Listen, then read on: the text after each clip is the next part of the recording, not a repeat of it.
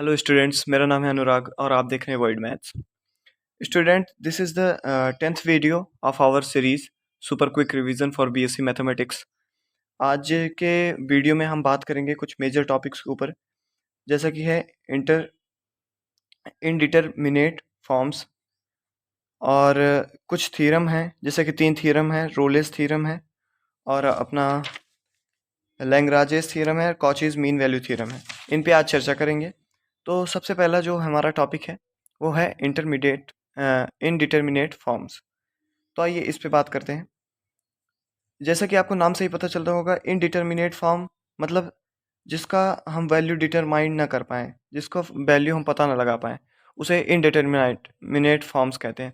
तो indeterminate form की एक बार थ्योरी पढ़ लेते हैं। The indeterminate form usually involves two fractions होते हैं whose limit can not be determinate by referring to the original limit. Original limit लगाने पर उसका जो वैल्यू होता है वो हमें डिटरमिनेट नहीं हो पाता है, पता नहीं लग पाता है वैल्यू रखने पर।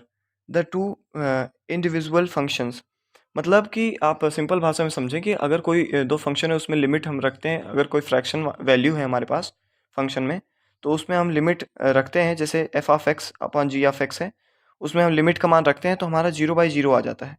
अब ये जो 0/0 है, ये हो गया इनडिटरमिनेट फॉर्म, क्योंकि इसको आप डिफाइन कर ही नहीं सकते 0/0 को।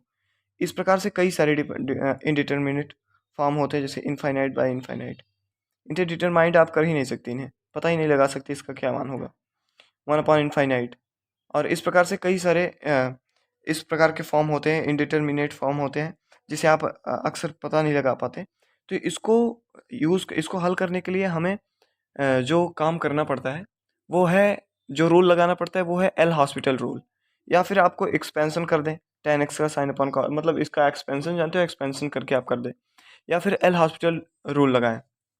तो एल हॉस्पिटल रूल ईजी होता है, तो हम उसी से लगा के इसको हम देखेंगे।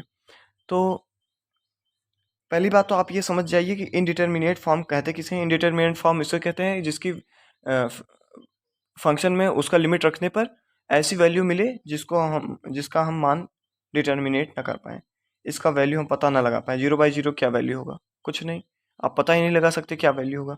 इतनी मतलब कोई, अब इसको हल करने के लिए इसका कोई एग्जैक्ट वैल्यू नहीं पता होगा, इसलिए कह रहे हैं इंडिटरमिनेट फॉर्म, इसका नाम ही वही है। तो इसको हम यूजुअली सॉल्व करने के लिए एल हॉस्पिटल रूल का यूज़ करते हैं। L hospital rule. तो इस हिसाब से हम एक एग्जाम्पल को हल करके आपको दिखाते हैं। जैसे कि ये एग्जाम्पल है, लिमिट x टेंस टू 0, ये है। अब यहाँ पे 0/0 आएगा, आपको पता है यहाँ पे 0 रखने पर, ठीक है। अब ये हमें पता चला फ्रॉम 0/0। अब तो ये 0/0 आ गया। अब क्या करेंगे, अब इसके बाद हम इसमें एल हॉस्पिटल रूल लगाएंगे। एल हॉस्पिटल रूल क्या है, बस जो हमारा फंक्शन है उसको ऊपर अलग इंटीग्रेट कर दें और नीचे अलग इंटीग्रेट कर दें, डिफ्रेंशिएट कर दें, सॉरी, डिफ्रेंशिएट करना होता है अलग अलग, ठीक है। तो अगर आप इसको डिफ्रेंशिएट अलग अलग कर दोगे तो तब उसमें लिमिट का मान रखोगे, तब अगर आ जाएगा वैल्यू तो ठीक है। अगर फिर भी नहीं वैल्यू आ रहा है तो फिर इसको डबल इंटीग्रेट करोगे, डबल डिफ्रेंशिएट करोगे, फिर से डिफ्रेंशिएट करोगे आप, तब आएगा। तो इसे एक बार हम करके देखते हैं। जैसे अब इसको कैसे करेंगे, लिमिट x टेंड्स टू 0। अब यहाँ पे हो गया 10x और minus x, x upon sine x. तो इसका अलग से करेंगे तो 10x क्या हो जाएगा हमारा, सेक स्क्वायर एक्स, ठीक है। 10x का डिफ्रेंशिएशन सेक स्क्वायर एक्स, और यहाँ पे होगा -1, एक्स का 1 हो गया, फिर ये एक्स का 1 हो जाएगा, फिर साइन एक्स का हो जाएगा जैसे कि कॉस एक्स, ठीक है। अब इसको फिर से देखते हैं। अब इसमें रखेंगे तो फिर हमको 0/0 ही देगा, आप रख के देख लीजिए, सेक 0 कॉस 0, ठीक है। अब फिर फ्रॉम 0/0, अब इसको फिर से एल हॉस्पिटल रूल इसमें लगाते हैं, क्योंकि इस पे फिर 0/0 आ गया, इनडिटरमिनेट फॉर्म आ गया। अब से फिर हम एल हॉस्पिटल रूल का यूज़ करेंगे। अब फिर ऊपर वाले को फिर से डिफ्रेंशिएट करेंगे तो क्या आएगा हमारा, limit N tends to 0, X tends to 0, यहाँ पर आएगा हमारा 2 सेक स्क्वायर एक्स का करेंगे, पहले सेक स्क्वायर एक्स करेंगे, 2 sec square X into sec square X का करेंगे, सेक एक्स करेंगे 10x, और यहाँ पे 1 का 0 हो जाएगा, कांस्टेंट है। और ये नीचे हो जाएगा, ये कांस्टेंट हो जाएगा 1, तो कॉस स्क्वायर का हो जाएगा सेक साइन एक्स, ये माइनस है तो प्लस हो जाएगा, तो मतलब साइन एक्स आ जाएगा। ठीक है, तो इस प्रकार से हमको मिलेगा क्या, अब tan x को आप एक्सपेंड करेंगे तो ये साइन अपॉन कॉस आ जाएगा, साइन अपॉन कॉस, साइन से साइन कैंसिल हो जाएगा, बचेगा 2 सेक स्क्वायर, मतलब एक बार लिख ही देता हूँ, 2 सेक स्क्वायर एक्स अपॉन, फिर यहाँ पे आ जाएगा कॉस एक्स, कॉस एक्स को ऊपर जाएगा तो मतलब 2 सेक क्यूब एक्स, लिमिट, यहाँ पे सॉरी लिमिट लगाना भूल गया, x टेंस टू 0। अब यहाँ पे हम 0 का मान रखेंगे तो सेक 0 का मान हो जाएगा हमारा 1, तो 2 इंटू 1 का क्यूब मतलब 2, तो ये हमारी जाके हमें वैल्यू मिलती है 2। ठीक है, इस प्रकार से उसको हल किया जाता है। मतलब अगर कोई आपको डिटर्मिनेट फॉर्म मिलता है तो उसको हल करने के लिए आप एल हॉस्पिटल रूल लगा सकते हो। एल हॉस्पिटल रूल किसे कहते हैं? एल हॉस्पिटल रूल में क्या होता है कि आप अंश को अलग डिफ्रेंशिएट करते हो और हर को अलग डिफ्रेंशिएट करते हो, दोनों को डिफ्रेंशिएट करके फिर लिमिट का मान रखते हो। अगर फिर आ जाता है तो हमें वैल्यू मिल जाती है, नहीं आता है तो फिर से डिफ्रेंशिएट करते हैं। अब आइए हम अपने अगले टॉपिक पे चलते हैं। अगला जो थ्योरम है हमारा वो रोलेस थ्योरम है। रोल्स थ्योरम में क्या है कि इफ़, एक बार थ्योरी पढ़ते हैं, if F of x is a function defined on close integral a to b such that f is continuous and differential in ab and f of a is equals to f of b in ab। ठीक है, अब देखिए क्या है कि हमें कोई function मिला है जो कि क्लोज इंटीग्रल ए बी में डिफाइंड है। ठीक है, और वो क्लोज इंटीग्रल ए बी में कॉन्टीन्यूस है और ए बी में डिफरेंशियल भी है, ओपन इंटीग्रल ए बी में डिफरेंशियल है वो फंक्शन। और जो थर्ड कंडीशन है वो है F of A equals to F of B, मतलब जो दोनों लास्ट के पॉइंट है उनका फंक्शन मान बराबर आ रहा है, फंक्शनल वैल्यू बराबर आ रही है। Then there is exist at least one point C, तब हमारा एक पॉइंट ज़रूर सी ऐसा होगा जो ए बी, मतलब ए और बी के बीच में ऐसा पॉइंट सी ज़रूर होगा जिसके फंक्शनल वैल्यू का डिफ्रेंशिएट करेंगे तो हमें ज़ीरो मिल जाएगा। ठीक है, आपको समझ में आया? एक बार थ्योरी फिर से पढ़ लेते हैं। अगर कोई फंक्शन है जो कि ए बी में कॉन्टीन्यूस है, डिफरेंशियल है, और उसका फंक्शनल वैल्यू, लास्ट के दोनों पॉइंट के फंक्शनल वैल्यू एफ ऑफ ए और एफ ऑफ बी दोनों बराबर आ रहे हैं, तो उसके ए और बी के बीच में ज़रूर एक ऐसा पॉइंट सी बिलोंग करेगा, मतलब आएगा, जो जिसका डिफरेंशियल 0 के बराबर होगा, functional F dash C equals to 0 होगा। तो इसको आइए एक बार प्रूफ करके देख लेते हैं, प्रूफ कैसे होगा। Given F of X continuous, A B में कॉन्टीन्यूस है, ये तो हमें पता ही है। Then by extreme value theorem, अगर आप एक्सट्रीम वैल्यू थ्योरम नहीं पढ़े हैं तो आप हमारे चैनल पे जाके एक्सट्रीम वैल्यू थ्योरम पढ़ लीजिए, जिससे आगे के इसमें समझ में आएगा। यहाँ पे कॉर्नर पे आपको आई बटन दिख रहा होगा, आई बटन पे आप क्लिक करके हमारी प्रीवियस वीडियो और एक्सट्रीम वैल्यू थ्योरम वाली वीडियो आप देख सकते हैं। तो उसमें क्या है कि एक्सट्रीम वैल्यू थ्योरम कहता है कि अगर कोई वैल्यू ए और बी में कांस्टेंट है तो उसका ज़रूर कोई मैक्सिमम और मिनिमम वैल्यू होता है। ठीक है, उसमें मैंने प्रूफ कराया है, उसमें बताया है मैंने, और ज़्यादा गहराई में, तो उसमें उस वीडियो में आप देख सकते हैं। तो क्या है इसका, फिर दो केस आती है इस फंक्शन की, इस थ्योरम की दो केस आ जाती है लास्ट में। क्या आती है कि अगर या तो कांस्टेंट फंक्शन है, अगर कांस्टेंट फंक्शन है, इस डायग्राम से आप समझने की कोशिश कीजिए, तभी तो ये मतलब एफ डैश सी का मान 0 आएगा, ये ए और बी का मान बराबर आएगा और एफ डैश सी का मान 0 आएगा, क्योंकि ये टेंजेंट के पैरेलल है, एकदम पैरेलल। पैरेलल होता है तो उसका डिफरेंशियल 0 आता है, ये आपको पता है, बीच में सी पॉइंट है। तो या तो कांस्टेंट हो केस फर्स्ट में, अगर कांस्टेंट नहीं है केस सेकंड लेते हैं, इफ़ मैक्सिमम और मिनिमम वैल्यू आर डिस्टिंक्ट, अगर मैक्सिमम मिनिमम वैल्यू दोनों एक है तब ये वैल्यू आएगी आपकी, मतलब एफ ऑफ डैश बराबर 0 इक्वल्स टू 0, मतलब पैरेलल है जो। तो अगर पैरेलल नहीं है मतलब पैरेलल नहीं है टेंजेंट के, तो हमारा क्या होगा, if maximum and minimum value are distinct, अगर मैक्सिमम और मिनिमम वैल्यू जो एफ ऑफ ए है, मैक्सिमम वैल्यू और मिनिमम वैल्यू दोनों डिस्टिंक्ट हैं, अलग अलग हैं, then suppose F of X is maximum at C, जो एफ ऑफ एक्स है हमारा वो सी पर मैक्सिमम है। एंड अब इसमें क्या करते हैं कि हम एक बार इसमें जोड़ते हैं, एक बार घटाते हैं, देखते हैं। अब हमने इसको कैसे किया, यहाँ पे ये हो गया, ये हमारा सी हो गया, ठीक है, ये हो गया सी माइनस एच, ये हो गया सी प्लस एच। अब यहाँ से फंक्शनल वैल्यू लेंगे तो C C plus function of C plus H minus F of C, मतलब इसमें में से इसको घटाएंगे तो ऑब्वियस सी बात है कि ये छोटा होगा, ये जो हमारा मान है ये छोटा होगा, ठीक है।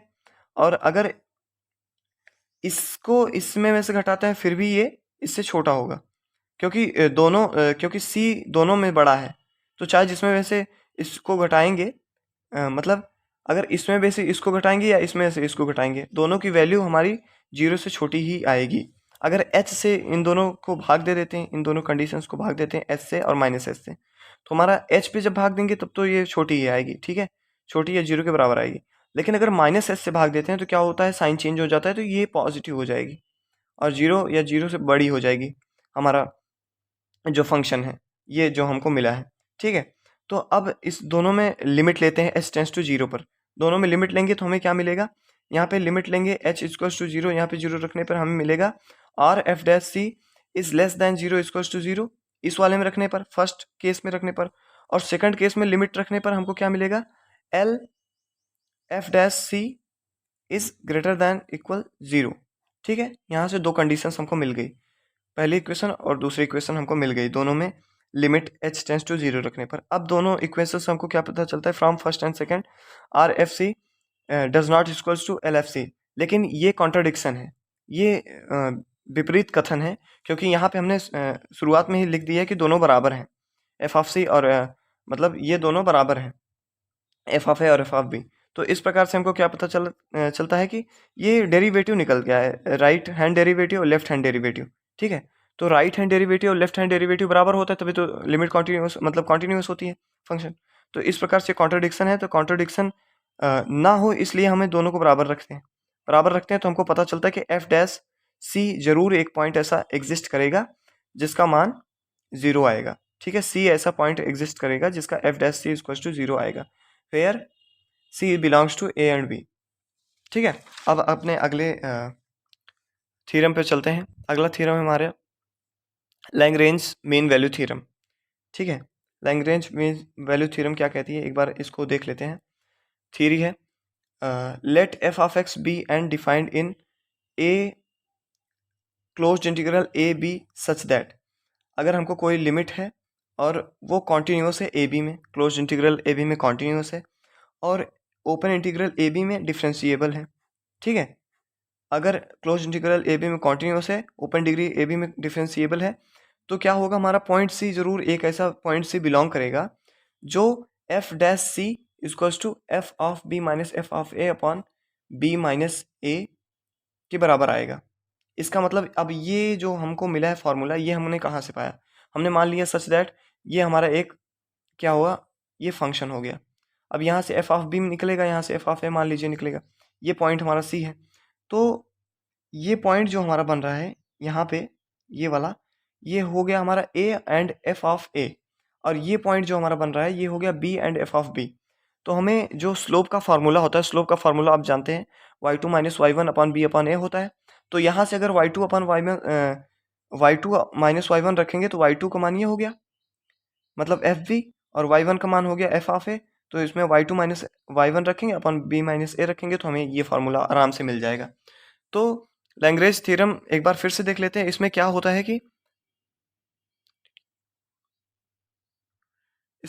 कि हमें एक फंक्शन मिलता है जो कि ए बी में क्लोज इंटीग्रल ए बी में कॉन्टिन्यूस है और ओपन इंटीग्रल में डिफरेंशिएबल है, तो ज़रूर एक सी पॉइंट ऐसा एग्जिस्ट करेगा जिसका फंक्शनल डिफरेंशिएशन करने पर हमको ये मान मिल जाएगा, F of B minus F of A upon B minus A is equals B minus A, दोनों बराबर होंगे, ठीक है। अब आइए अपने दूसरे थ्योरम पे चलते हैं। दूसरा थ्योरम है कॉचीज मीन वैल्यू थ्योरम, ठीक है। कॉचीज मीन वैल्यू थ्योरम, इस पे एक बार नज़र मारते हैं। इसका जो थ्योरी है, थ्योरी पढ़ते हैं पहले। Let F of X and G of X be defined in closed interval. उसमें क्या था, जो हमारा पहला ये वाला लैग्रांज मीन वैल्यू थ्योरम था, ये दोनों सेम ही है एट लास्ट, मतलब एटलीस्ट थोड़े बहुत सेम ही है। बट इसमें क्या है कि इसमें एक फंक्शन की बात की है, एफ ऑफ एक्स की बात की है, लेकिन इस फंक्शन में क्या है कि F of X and G of X दो फंक्शन की बात की है। यहाँ पे देख सकते हैं आप, F of X and G of X दो फंक्शन की बात की है। तो क्या है कि let F of X and G of X be defined in closed interval A and B. हमारा दो फंक्शन है F of X and G of X, और वो closed integral A and B में कॉन्टिन्यूस है, ठीक है। F of X and G of X continuous है ए एंड बी में, और open integral open interval A B में हमारा क्या है, दोनों फंक्शन डिफरेंशिएबल हैं। एफ ऑफ एक्स और जी ऑफ एक्स दोनों फंक्शन डिफरेंशिएबल हैं ए और बी में, ठीक है, ए बी ओपन इंटरवल में। तो क्या होगा कि ज़रूर हमारा और जो डी जी डैश एक्स है, मतलब जी एक्स का डिफरेंशिएबल, मतलब इस फंक्शन का डिफरेंशिएशन है, वो does not equals to zero है for all x tends to A and b, then the at least one point c. तो एक पॉइंट सी जरूर ऐसा बिलोंग करेगा कि जिसमें एफ डैश सी बराबर f b minus f a and g dash upon g dash c upon एक बार फिर से देखते हैं क्या है, f dash c upon g dash C equals to F of B minus F of A upon ji of B minus g of a. अब ये फॉर्मूला आपको कहाँ से मिला, ये इसी से मिल सकता है, आप देखेंगे लैग्रांज मीन वैल्यू थ्योरम से ही आप इस वैल्यू को निकाल सकते हैं। ये वैल्यू कैसे निकलेगा, हमने एफ डैश सी का वैल्यू कैसे निकाला था, y two minus Y one, मतलब F b minus f a निकाला था हमने, ठीक है, अपॉन बी माइनस ए निकाला था, आपको याद होगा। अब इसको समीकरण एक मान लेते हैं, और जी डैश एक्स सी भी निकाल लेते हैं, ठीक है। जी डैश सी कैसे निकालेंगे, उसी फॉर्मूले से निकालेंगे, y two minus Y one upon B minus a, ठीक है। उस फॉर्मूले से निकालेंगे तो हमारा क्या आएगा, जी बी माइनस जी ए अपॉन बी माइनस ए, क्योंकि ये वाई टू है ये वाई वन है। ये हो गया हमारा समीकरण 2। अब dividing first and second, dividing equation first and second, अगर फर्स्ट एंड सेकंड को आप डिवाइड करेंगे तो आप क्या पाएंगे, f dash c upon g dash C is equals to F of B minus F of A upon ji of B minus g of a. आप यही अपना ये कॉचीज मीन वैल्यू थ्योरम का आप स्टेटमेंट पा जाएंगे, ठीक है। इसी को आप एक्सपेंड करके आप इसको निकाल सकते हैं। तो थैंक यू गाइस, आज के लिए बस इतना ही। अगर गाइस आप इन दोनों थ्योरम्स का आप वो चाहते हैं, प्रूफ चाहते हैं कि एक प्रॉपर डेफिनेशन हो और इसका प्रूफ हम निकालें, लास्ट तक इसको डेरिवेट करें, तो आप हमें नीचे कमेंट कर दीजिए कि हाँ सर ज़रूर इसका डेरिवेशन हम चाहते हैं, ठीक है। तो हम इस पर एक डेरिवेटिव वीडियो और बना देंगे। अगर आपको कोई भी सवाल, इसके अलावा अगर आपको कोई भी क्वेश्चन आपको फंस रहा है, एग्जाम्पल्स फंस रहे हैं, अगर कोई स्पेसिफिक आपको थियरी पे दिक्कत हो रही है, थियरी में डिफ़िकल्टी हो रही है, तो आप हमको कमेंट कीजिए, हम उसमें डेप्थ पे वीडियो बनाएंगे, ठीक है। सो आज के लिए बस इतना ही। Thank you very much, thanks for watching and जय हिंद जय भारत।